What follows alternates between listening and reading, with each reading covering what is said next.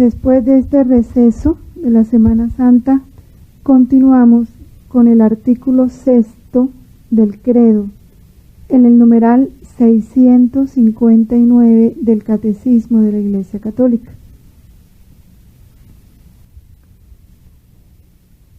Justamente hoy, cuando la Iglesia celebra la exaltación de la Santa Cruz, nosotros a través del Catecismo vamos a meditar el misterio de la ascensión de Jesús al cielo, o sea, la glorificación de Jesús, y al glorificar a Cristo se glorifica toda su vida, la gloria de la cruz.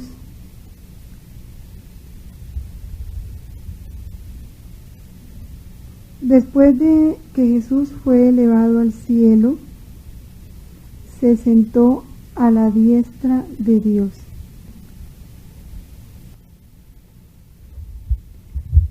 Dice el Catecismo que el cuerpo de Cristo fue glorificado desde el instante de su resurrección. Y eso lo comprueban las propiedades que manifiesta ese cuerpo, propiedades nuevas, sobrenaturales,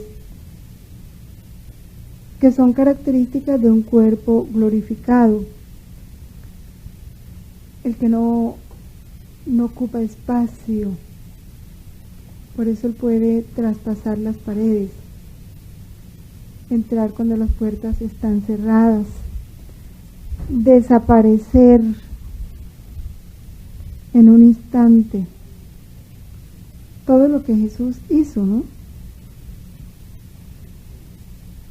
Que está en Lucas 24:31 y Juan 20 del 19 al 26. Durante los 40 días en los que él come y bebe familiarmente con sus discípulos y les instruye sobre el reino, qué importante, toda la instrucción posterior a la resurrección de Cristo, siempre, toda instrucción de Cristo fue en torno al reino, pero muy específicamente la instrucción después de la resurrección. Su gloria aún queda velada bajo los rasgos de una humanidad ordinaria. ¿Por qué tuvo que velar su gloria? Por la limitación de los apóstoles. Ellos todavía no podían contemplar en plenitud lo que es un cuerpo glorificado, lleno de luz, porque eso está por encima de toda capacidad humana. ¿No es que Dios dice que si lo veríamos, moriríamos? Entonces él tuvo que velar la plenitud de las características de un cuerpo glorificado, para poder mantener ese contacto con sus apóstoles después de la resurrección. Y esta es una de las razones por las que él le dice a María Magdalena, cuando lo descubre, que se abalanza a abrazarlo, y él le dice: no me toques porque aún no he ido a mi Padre.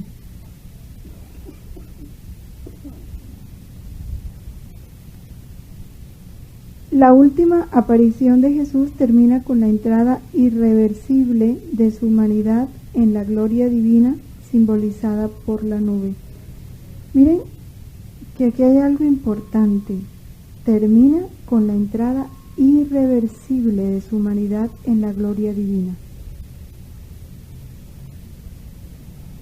Ya esa humanidad glorificada, tan pronto asciende a los cielos, entró para siempre.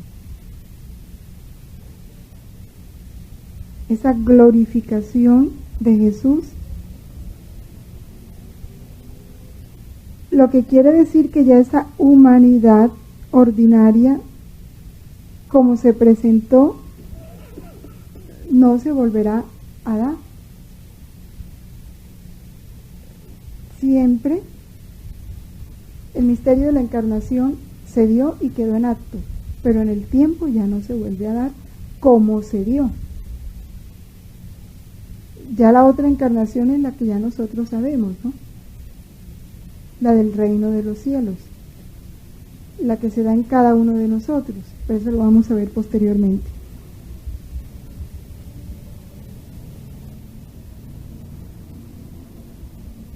Él se sienta para siempre a la derecha de Dios. Solo de manera completamente excepcional y única se muestra a Pablo como un abortivo en una última aparición que constituye a este en apóstol.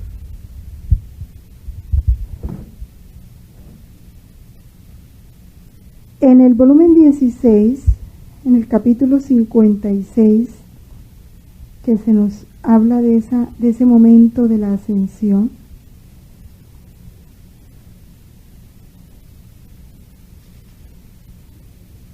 el dolor de los apóstoles al ver subir a Jesús al cielo.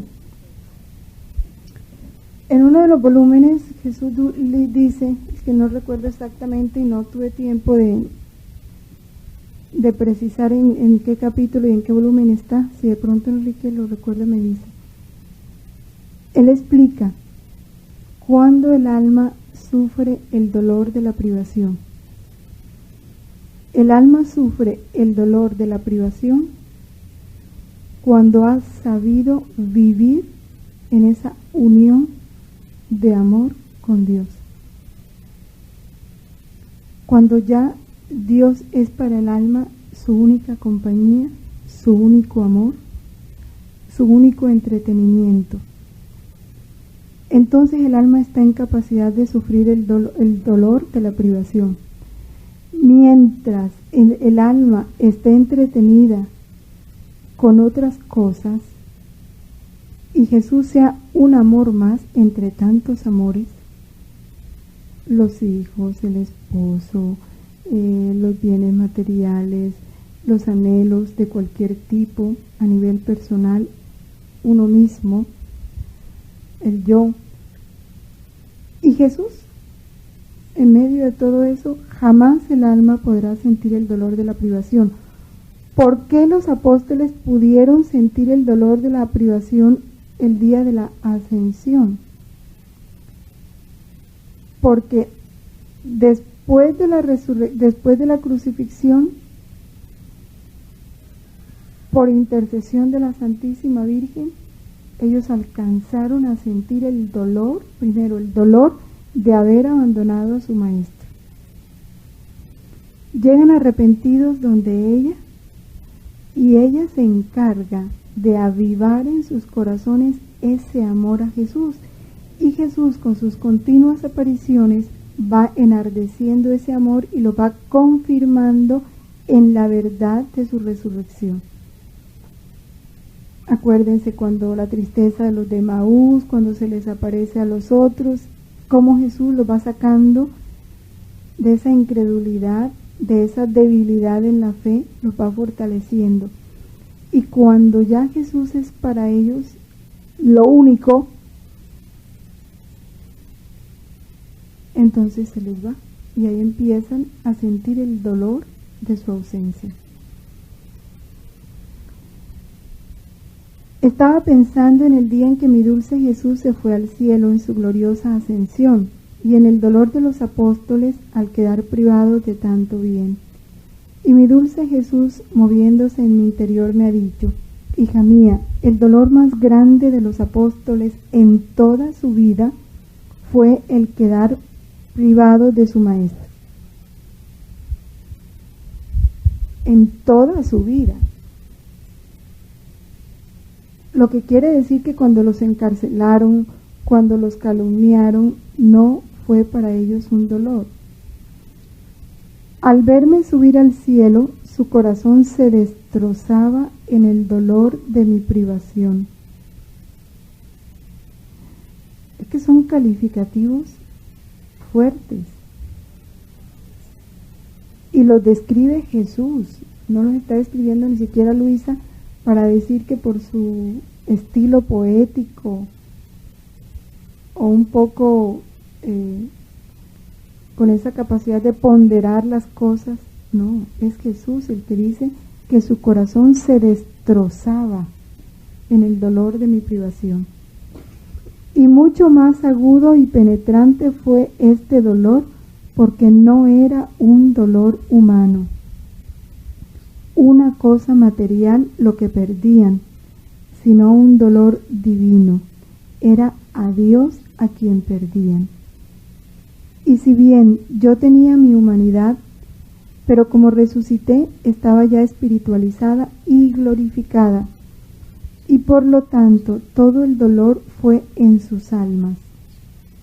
Y penetrándoles a todos, se sentían consumir en el dolor, tanto de formarles el más desgarrador y doloroso martirio. Pero todo esto era necesario para ellos. Se puede decir que hasta entonces no eran más que tiernos niñitos en las virtudes y en el conocimiento de las cosas divinas, y aún de mi misma persona. Podría decir que estaba en medio de ellos, pero no me conocían, ni me amaban de verdad. Pero cuando me vieron subir al cielo, el dolor de perderme rompió el velo y conocieron con tal certeza que yo era el verdadero Hijo de Dios, que el dolor intenso de no verme más en medio de ellos les alumbró la firmeza en el bien y la fortaleza de sufrir todo por amor de aquel que habían perdido. Les alumbró la luz de la ciencia divina, les quitó los pañales de la infancia y los formó hombres intrépidos, no más miedosos, sino valerosos. El dolor los transformó y formó en ellos el verdadero carácter de apóstoles, y lo que no pude obtener con mi presencia, lo obtuve con el dolor de mi privación. Eso es lo que se celebra en la exaltación de la Santa Cruz, esto. El fruto, el verdadero fruto de la cruz. Siempre la cruz nos exalta. Siempre la cruz llega a nuestra vida como preparación para nuevos regalos espirituales. En el campo de la verdad, en el campo de la gracia, en el campo de la fortaleza, en el campo de la virtud. Porque hoy no es celebrar la cruz por la cruz, no, es celebrar el valor de la cruz. Lo que significa y debe significar la cruz para un cristiano. Porque ni siquiera cuando empezó el dolor, cuando reconocieron a Dios, cuando se ocultó. Estaba en medio de ellos, pero no me conocían, ni me amaban de verdad. Solo cuando lo vieron subir al cielo, reconocieron que era el Hijo de Dios, y ahí empezaron a sentir el dolor cuando lo habían perdido. Perdido físicamente, porque Él se quedó con ellos para siempre. Ahora, hija mía, una pequeña lección para ti. Tu vida se puede decir un continuo dolor de perderme y un continuo gozo de adquirirme. Pero entre el dolor de la pérdida y el gozo de adquirirme, ¿cuántas sorpresas no te he hecho? ¿Cuántas cosas no te he dicho? Ha sido el dolor y el doloroso martirio de mi pérdida lo que te preparaba y te disponía a escuchar las sublimes lecciones sobre mi voluntad. ¿Cuántas veces te parecía haberme perdido y mientras estaba sumergida en tu dolor atroz, yo volví a ti con una de las más bellas lecciones? Puedo decir que el dolor de quedar privada de mí ha alumbrado en ti los efectos, el valor, los conocimientos, los cimientos de mi voluntad. Era necesario comportarme contigo de este modo, dejarte a merced del dolor de quedar privada de mí. Habiendo yo establecido manifestarte en modo todo especial tantas cosas sobre mi voluntad, debía dejarte en brazos de un continuo dolor divino. Continuo dolor divino. deseamos ese continuo dolor divino, por lo menos lo deseamos, porque, y él nos lo dice en otra parte, siempre te preparo con nuevas cruces para el conocimiento de nuevas verdades. Siempre. Es un modo estable de Jesús para nosotros. Entonces no, la cruz no nos debe extrañar. La cruz la debemos esperar, la debemos desear, la debemos anhelar. Porque si es preparación, antes es, si no me llega es porque no me está preparando, entonces no me va a dar. Más bien el dolor es no tener dolor. Mi voluntad es divina y solo sobre un dolor divino podía cimentar su trono y extender su dominio, y poniéndome de maestro te comunicaba el conocimiento de mi voluntad.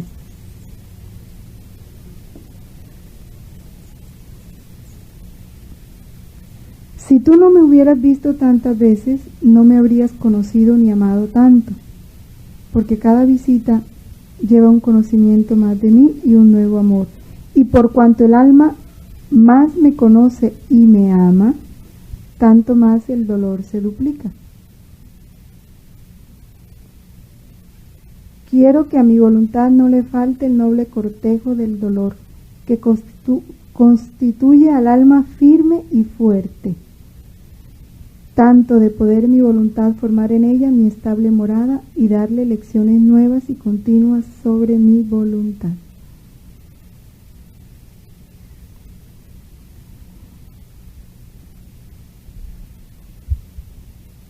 Bueno, hay suficiente lección, ¿no?, en ese capítulo para meditar. Ahora, si sabemos que para yo poseer a Jesús como único bien, único, yo tengo que dejar todos los demás bienes, y como yo no soy capaz, Jesús empieza a hacer ese trabajo en mí. Él empieza a quitarme todas las muletas, todas, que a veces ni sé yo ni que son muletas, porque me doy cuenta que era una muleta es cuando me la quitan y me duele, porque así pasa. Él nos conoce más que nosotros mismos. Entonces el que nos conoce empieza a hacer sus cirugías internas, y ahí es donde yo digo, me dolía, estaba pegada, con razón el Señor me lo quitó, con razón el Señor se lo llevó, con razón me pasó esto. Pero es un trabajo que Dios está haciendo de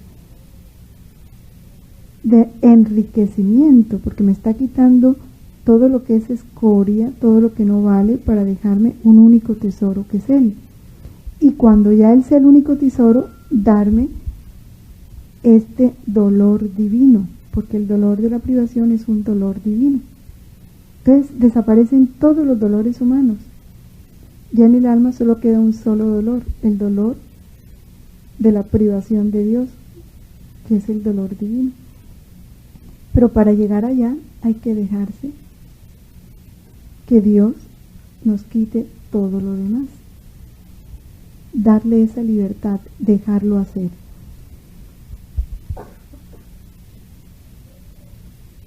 El numeral 660 comenta lo que ya habíamos dicho de la María Magdalena, ¿no?, donde se transparenta ese carácter velado de la gloria del resucitado. Él le dice: todavía no he subido al Padre, vete donde los hermanos y diles: subo a mi Padre y vuestro Padre, a mi Dios y vuestro Dios. Que esto indica una diferencia de manifestación entre la gloria de Cristo resucitado y la de Cristo exaltado a la derecha del Padre. Porque el uno es una glorificación velada y la otra ya es una glorificación plena.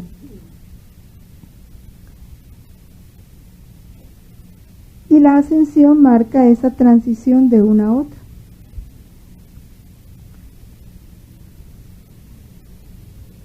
En el 661 nos habla de esa relación estrecha entre la encarnación y la ascensión, con las palabras de Juan 16:28, solo el que salió del Padre puede volver al Padre, que es Cristo, el único que salió del Padre. Nadie ha subido al cielo sino el que bajó del cielo, el Hijo del Hombre.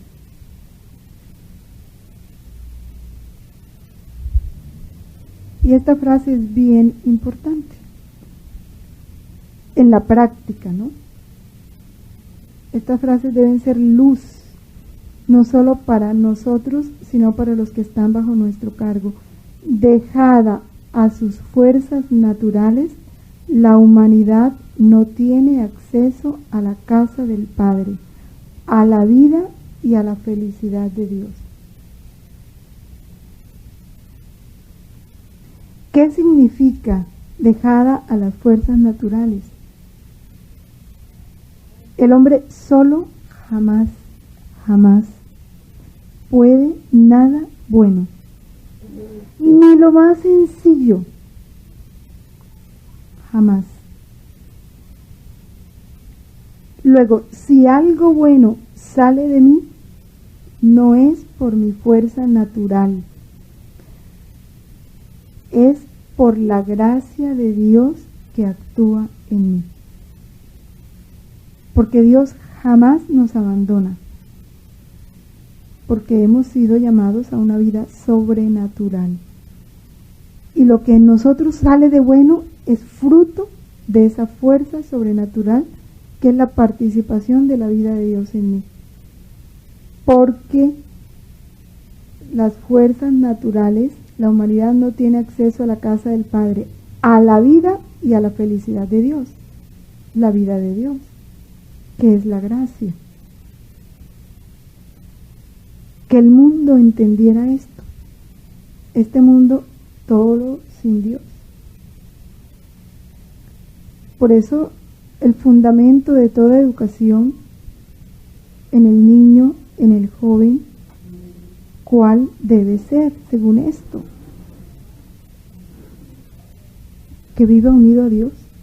Ese debe ser el principio que debe apuntalar la formación de un niño, de un joven. Enseñarle a vivir unido a Dios. Porque ahí es donde va a encontrar la fuerza para todo. Todo lo demás es añadidura.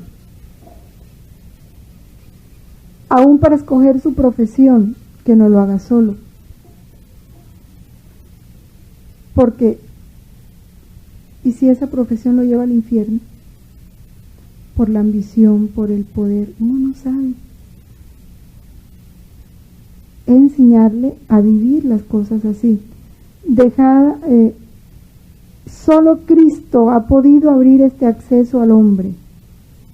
Ha querido precedernos como cabeza nuestra para que nosotros, miembros de su cuerpo, vivamos con la ardiente esperanza de seguirlo en su reino. Vivamos con la ardiente esperanza de seguirlo en su reino. Vivimos con la ardiente esperanza de seguirlo en su reino. Es que ardiente esperanza, ¿saben lo que es una cosa ardiente? Que no te deja tranquilo. Un amor ardiente, un deseo ardiente, casi que quita el sosiego, ¿no? Y hasta que eso no se alcanza, el alma no descansa. Eso es lo ardiente. Entonces, cuando en el alma hay una ardiente esperanza de seguirlo en su reino, todo lo que es del reino se vuelve pasión para el alma. Todo. No una cosa más, no si de pronto, no unos momentos sí y otros no. Por eso decimos, cuando un alma, después de haber conocido el reino de Dios, sigue enredado en otras cosas, no lo ha conocido, no lo ha comprendido, porque si lo hubiera comprendido, eso se volvía en él una ardiente esperanza de seguirlo y un esfuerzo permanente. Bueno, estas son las verdades que debemos vivir, porque si somos miembros de su cuerpo, Él nos precedió para que nosotros fuéramos miembros de su cuerpo. Y para que siendo miembros de su cuerpo, y el cuerpo, la cabeza está en el reino del Padre, el cuerpo debe participar de ese reino del Padre. Porque esa es otra verdad que los católicos no vivimos en la práctica. Sabernos miembros del cuerpo místico de Cristo. Es que fíjense, Cristo es la cabeza. En Cristo está el motor. ¿Quién rige todo mi cuerpo? Si a ti te pasa algo en la cabeza, todo se descontrola. Luego todo el cuerpo obedece a la cabeza. Cuando algún miembro del cuerpo no obedece a la cabeza es porque hay un trastorno en la comunicación. Si Cristo es mi cabeza, pues yo tengo que estar adherido a esa cabeza. Y tengo que dejar reinar a esa cabeza para que el cuerpo funcione normalmente. Y todos los descalabros que se suceden en el cuerpo es porque no se está unido a la cabeza. No hay otra razón. Por eso el primer examen cuando algo no funciona en nuestra vida tiene que ser esa. ¿Qué está obstruyendo mi unión con la cabeza? Que estoy funcionando mal. No llega la sangre divina, entonces el miembro se enfría o se atrofia, no realiza bien sus funciones. Esa es la única razón.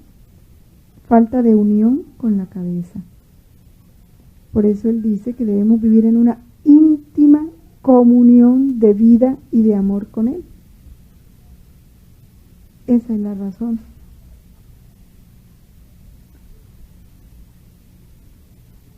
En Juan 12:32, vamos en el numeral 662, Jesús dice que cuando yo sea levantado de la tierra, atraeré a todos hacia mí. La elevación en la cruz significa y anuncia la elevación en la ascensión al cielo. Es su comienzo. Jesucristo, único sacerdote de la alianza nueva y eterna, no penetró en un santuario hecho por mano de hombre, sino en el mismo cielo, para presentarse ahora ante el acatamiento de Dios en favor nuestro. Pensar que Dios consagró a su Hijo para que permaneciera a su derecha en favor nuestro, es para vivir en una gratitud infinita y eterna con el Padre en el Hijo. En el cielo Cristo ejerce permanentemente su sacerdocio, permanentemente. De ahí que pueda salvar perfectamente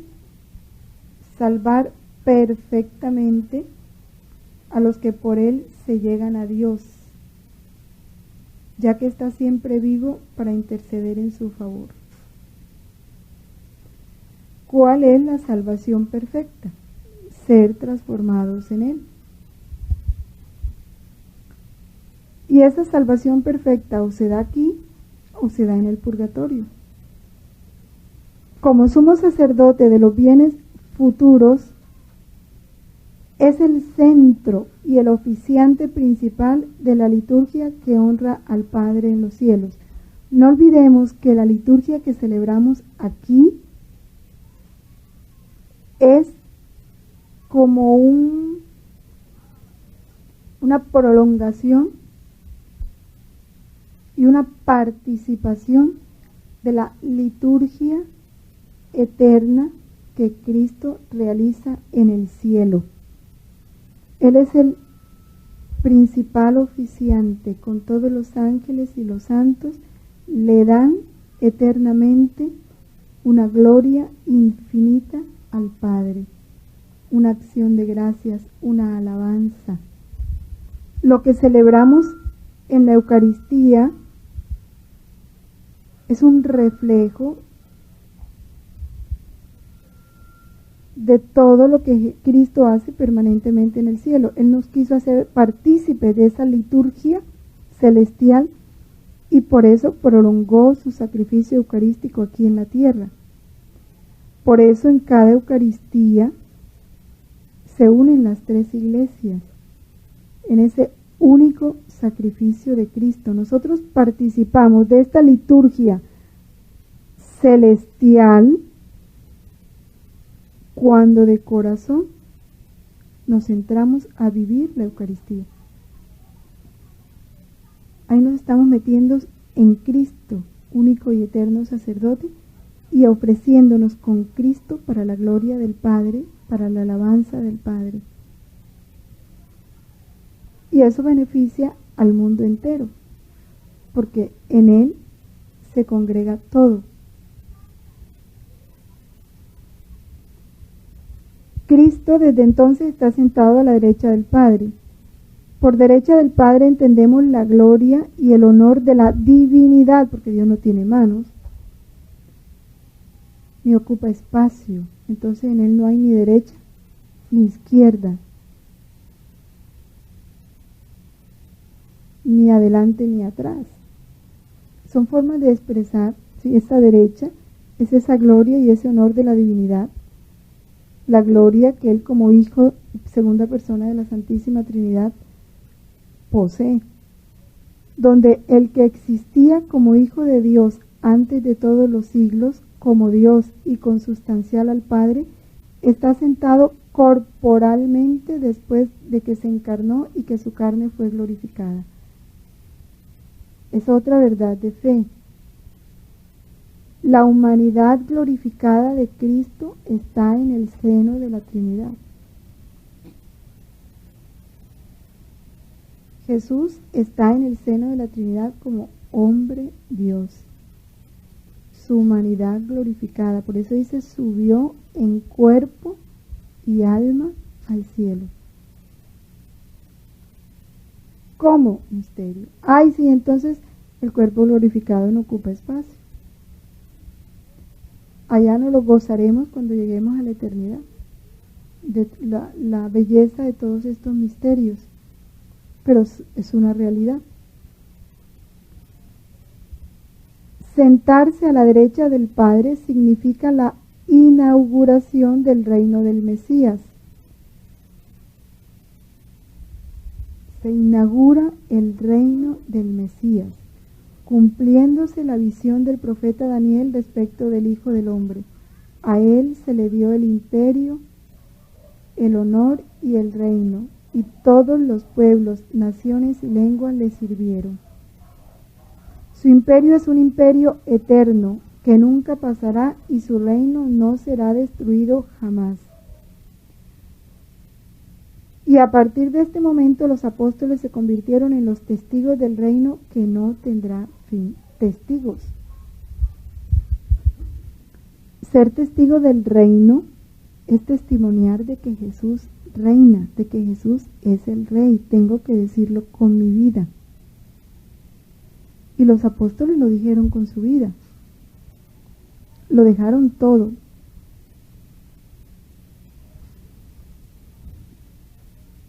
Vamos a leer el 1545 del Catecismo, que nos amplía el numeral 662.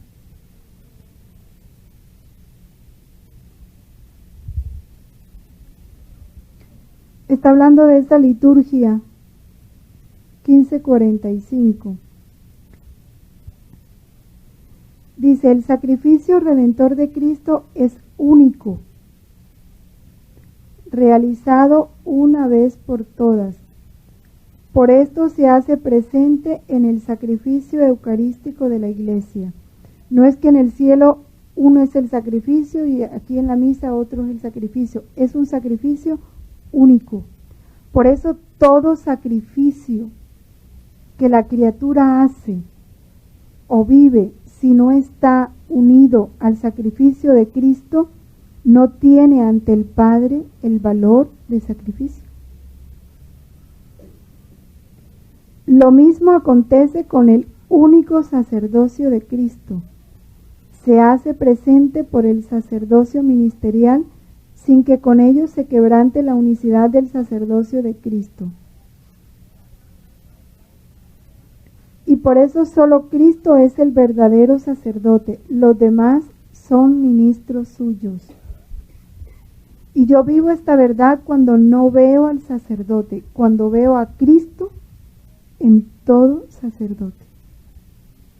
Porque ellos son ministros. Es Cristo quien realiza en ellos el sacerdocio, su sacerdocio. Lo realiza a través de los ministros. Por eso Él es tan exigente en el trato que nosotros tenemos con sus ministros. Porque es Él mismo en la persona del sacerdote.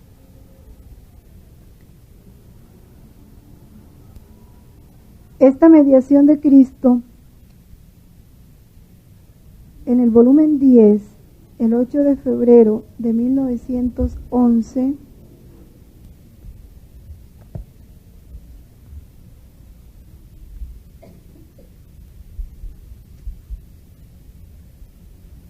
nos habla de esta mediación eterna y de ese vínculo que se estableció entre nosotros y Jesús. 8 de febrero de 1911, volumen 10. Hace referencia al numeral 662.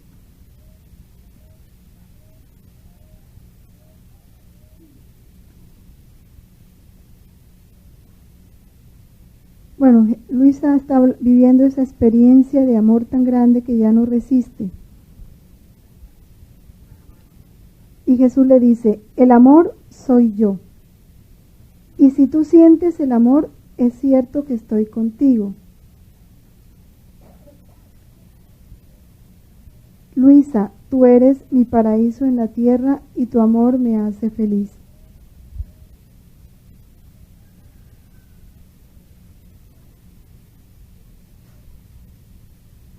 Y miren esta lectura, que cuando se habla de miembro del cuerpo de Cristo, de nuestra unión con Cristo, estas son realidades.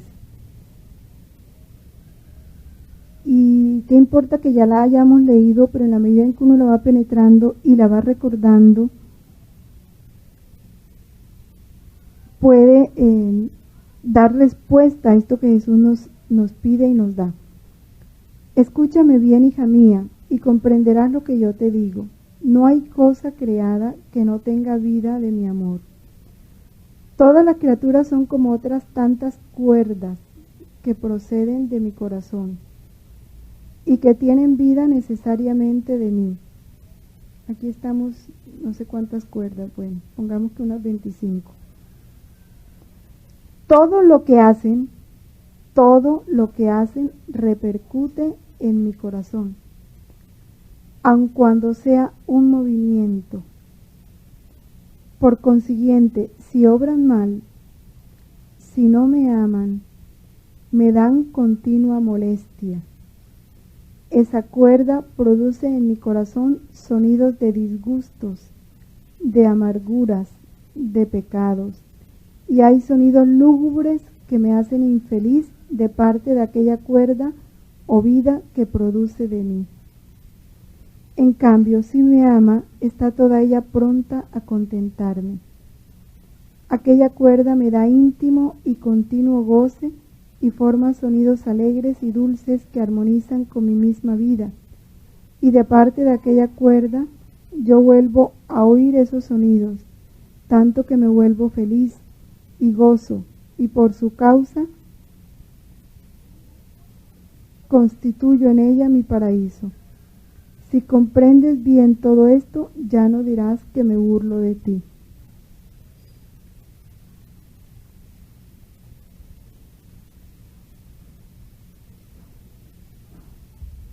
Todo lo que hacemos, cualquier movimiento, y Jesús está a la derecha del Padre. Por eso nosotros estamos escondidos con Cristo en Dios. No es que estamos aquí en la tierra y Jesús está por allá en alto, no. Es esa íntima comunión que Él estableció desde que se fue al cielo. Quedó por eso dijo, yo estaré con ustedes hasta el final de los tiempos. No, nadie está separado de Jesús. Y en el volumen 3, en el capítulo 104,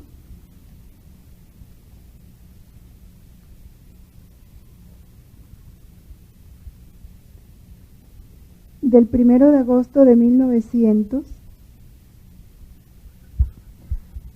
habla también de esa mediación de Cristo.